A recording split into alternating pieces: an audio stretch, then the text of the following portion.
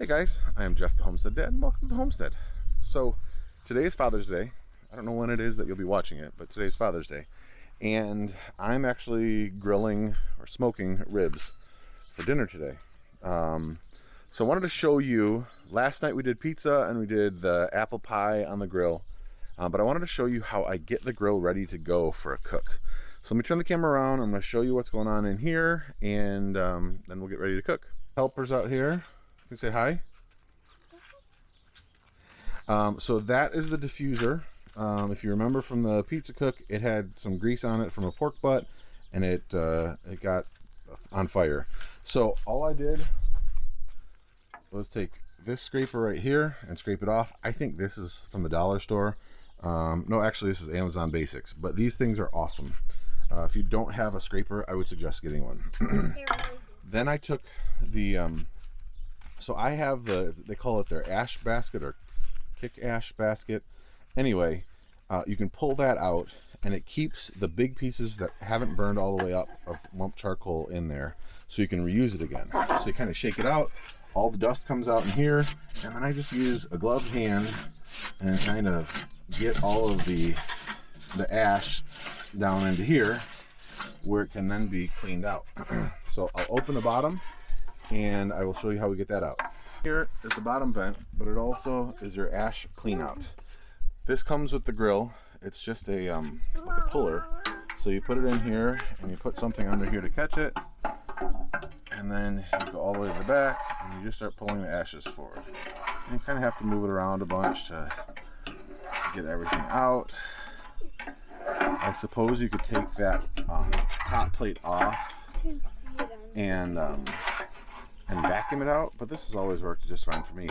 And I'll turn it around and kind of do the other side. There's still a bunch on this. And it doesn't have to be perfect, but you just want to make sure that the ash is not restricting airflow.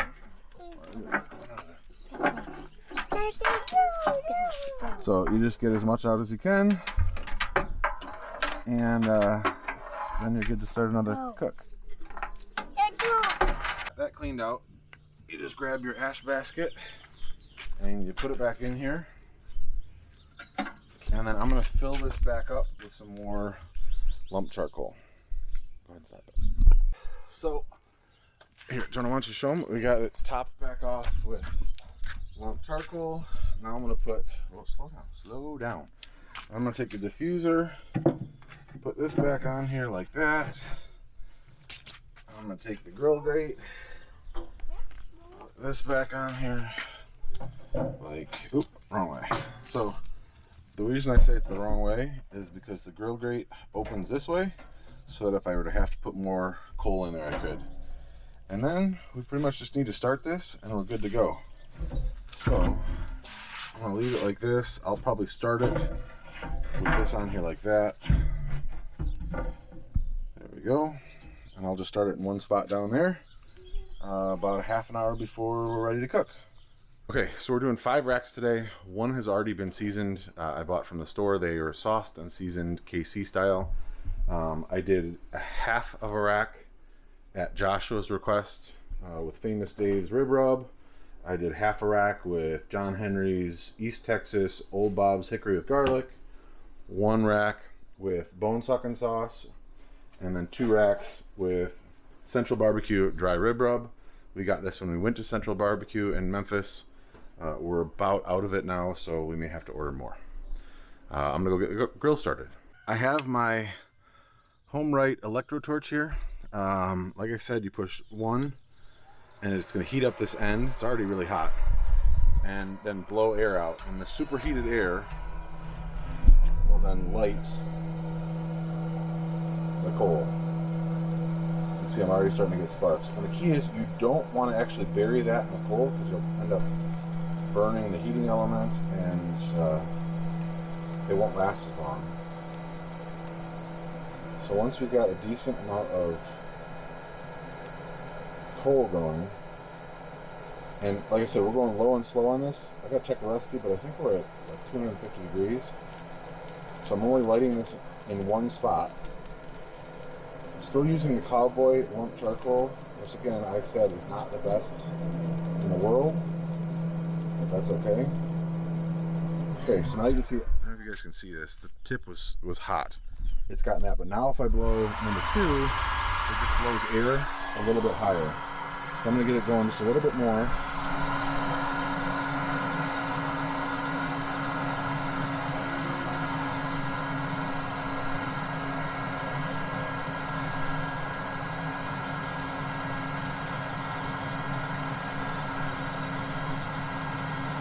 Okay, that should be good. So I'm gonna let that then simmer down. I'm gonna flip the grate back over. I'm gonna open up the top to 3, the bottom all the way, and then we will we'll start watching the temperature and getting it up to about 250. If you haven't watched before, what you do is you kind of shut it down, or close to shut it down, about 25 to 40 degrees before, so that you don't overshoot it, because it's with a Kamado, it's a lot easier to start low and keep it low. Once you've gotten past the temperature that you want to, it's hard to bring it back down, because these big thick ceramics hold that heat so well. So if you get them up to 350 and you only want to be at 250, it takes a while for it to get back down. Okay, so I have connected my wireless Inkbird thermometer. It has the potential to use 4 temperature probes. Right now I'm just using I've got a probe right there on the grill. So I know what the temperature is at the grill level. It says it's at 117 right now. It was at 108 just a second ago. So I'm gonna watch this, and like I said, I'm gonna make sure that we don't overshoot our temperature. I'm gonna go check my recipe. I'm pretty sure it's 250 degrees, but I'm gonna go check, and then we'll be back to get the ribs on in just a second. Okay guys, so here's the ribs, 2 trays of them, 4 racks. I have a rib rack in there. I'm going to show you in just a second. The grill is at about 257. Now when I open this up, I'm going to burp it a little bit, just so it shouldn't, there's not enough heat that it's going to be a problem, but you always want to just open it up a little bit so that the air can come in, so you don't kind of have like a flash out. And then I'm going to try to do this quickly, because when the air gets let in, it's going to have a tendency to want to give it a puff of energy to the coal, and I don't want it shooting up to 275. I want it staying around 250. So I'm gonna put you guys on the camera right there, and then we'll get these in there. Okay, so here's the rib rack. You can see it just helps to stand up the ribs so that you can fit more on. So I'm gonna go ahead and put this one. I think this is one of the Essential Barbecue. Put that. I probably should have grabbed something else. You know what? I've got a grill glove here that I can hold on to this with. Okay, so out, missed the grill glove, burned myself. Expert griller here, people. See what I'm saying? May not want to take what I'm saying for. Okay, so there's one rack on. Put the other rack right here. Put another rack right here. I'm gonna try to flip it that way a little bit so I've got room for this other one. And then here's the big rack of ribs. And I'm trying to keep space between the ribs so that the smoky flavor can get all the way around them. And then here's just a piece of rib meat. I'm gonna throw it right there. So we're pretty good. Nope, hold on, just leave it, bud. So there are the ribs. I'm gonna close this up. We'll watch the temperature, and we're gonna get it locked in at 250. Like I said, it's Father's Day. I'm losing all my kids. My oldest, Jacob, is taking 3 of the kids over to their cousin's house because he's got a flag football game, so they're gonna go watch that. Our oldest daughter, Grace, is going to camp this week, and then our youngest daughter went with my wife to do that, and then I've got the little fellow with me, so I'm just got to have 1 kid for a while. Oh man, Dad with 7 only has 1. We'll make sure the little one stays out of the way of the van. Good job. Okay, now we can wave from here. Okay, go ahead. Wave. Say bye-bye.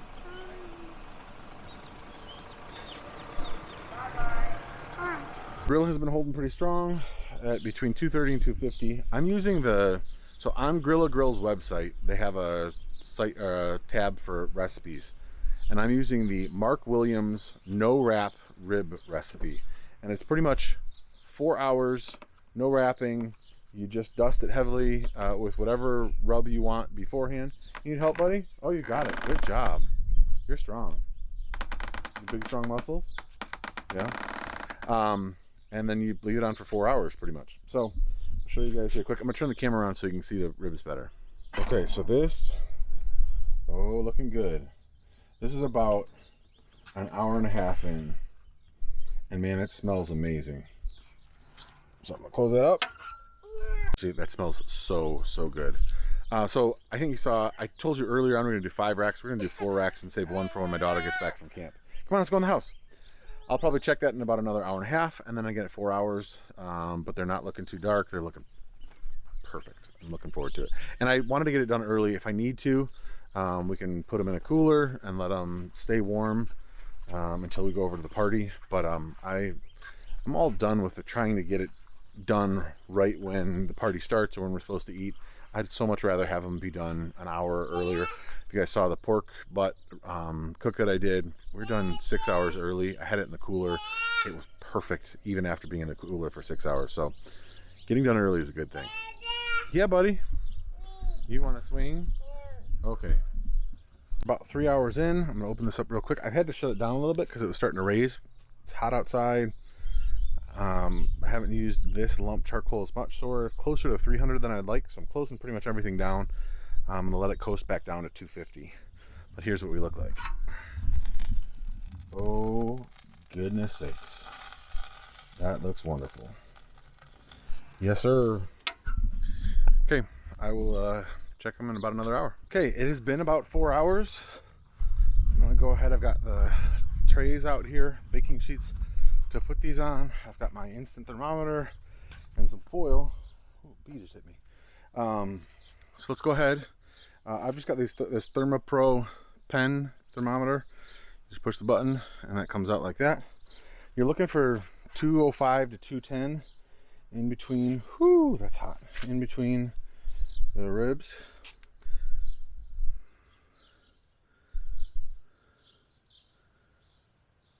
This is 181. Yeah, this needs a little bit longer actually. This is not done yet. So we're gonna leave it a little bit longer. I had a little bit of fluctuation in the temperature. So I'm gonna open this up a little bit. And that's the reason why I try to get it done earlier, so that if something like this happens, I've got a little bit extra time. So I'm gonna go ahead and leave these on here for a little bit. We'll get up to that 205 temperature. We were already supposed to be over at the party. These took a little bit longer than I had thought, and it's my fault because I let the temperature get down. The Inkbird was having trouble connecting, so it wasn't sending me updates when it was getting down. Okay, so that's perfect. 203. Oh, melty butter. This one's 190, but it still feels really, yeah. So it's not. Sorry, I'm showing you me instead of this. Let's turn this around. 189 right in between the membrane. This one 191, 190. So it's supposed to be up by 205. That one's 201. But it feels pretty tender in there. So we're gonna go with that. I'm gonna put 2 racks on here, wrap some tin foil around it, put 2 racks on, double stack it in that cooler, and we are out of here. So these were this was a bone sucking sauce.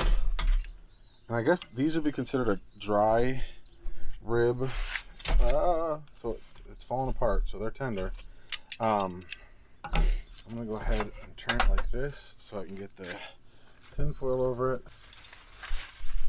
I'm not even really worried so much about tempting it, although I am gonna put another piece on to try to keep the heat in.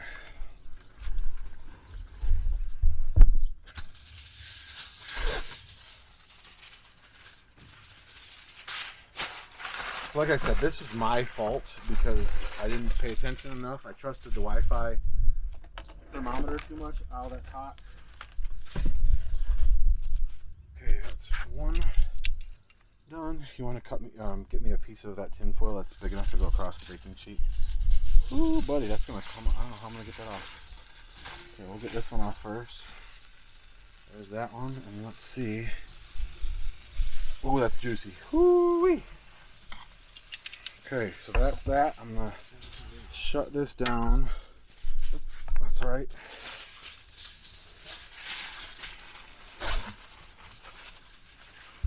that on there, Jake. Come a little bit further this way so you got more room. Okay, Jacob's gonna throw that in the cooler. We are good to go. I'm shutting this down bottom and top, so that will be fine. It'll cool off, and then I'll have coals left to use. And we're heading over to the party. Yeah, melting. You ready for some ribs, buddy? The burner was still on the stove on. You like ribs?